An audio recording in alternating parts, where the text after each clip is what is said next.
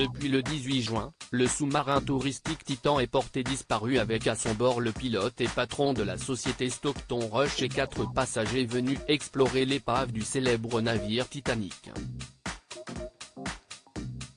Alors que les opérations de recherche se poursuivent, le monde entier retient son souffle, y compris le roi Charles III.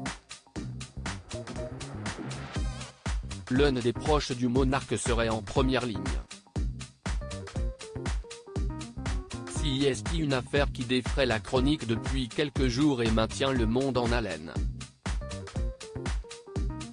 Tous les regards sont tournés vers le sous-marin Titan qui n'a plus donné signe de vie depuis le 18 juin.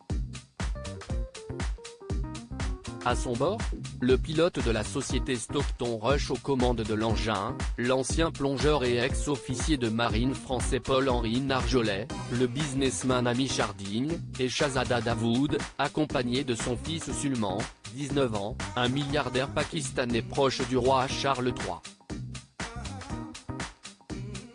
Tous avaient signé pour une exploration hors du commun aux abords de l'épave du mythique paquebot Titanic pour la modique somme de 250 000 $. Mais cette excursion hors du commun pourrait bien virer au drame. En effet, les jours des passagers du Titan sont déjà comptés et une véritable course contre la montre est engagée pour tenter de remonter à la surface le sous-marin disparu avant que ces explorateurs de l'extrême ne manquent d'oxygène. Si la disparition du sous-marin remue le monde entier, elle a donc également secoué la famille royale.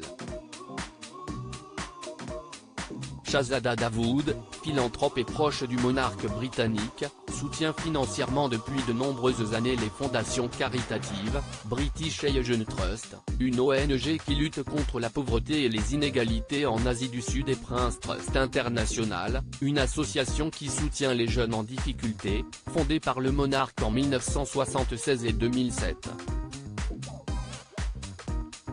Selon le Daily Beast, ce dernier aurait expressément demandé à suivre l'affaire en temps réel, allant jusqu'à exiger de son personnel qu'il le tienne informé au moindre rebondissement. Des recherches de plus en plus délicates, une aiguille dans une botte de foin. Telle est l'expression qui définit le mieux cette mission sauvetage particulièrement complexe qui s'étend sur 20 000 km² et 4 000 mètres de profondeur. Toute une équipe d'élite passe actuellement cette zone au crible pour remplir un impératif, retrouver le petit submersible avant jeudi après-midi.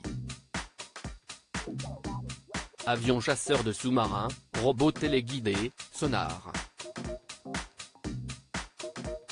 Une armada de moyens spécialisés dans les opérations en eau profonde arrive progressivement dans la zone de l'Atlantique Nord où est recherché le submersible parti explorer l'épave du Titanic porté disparu.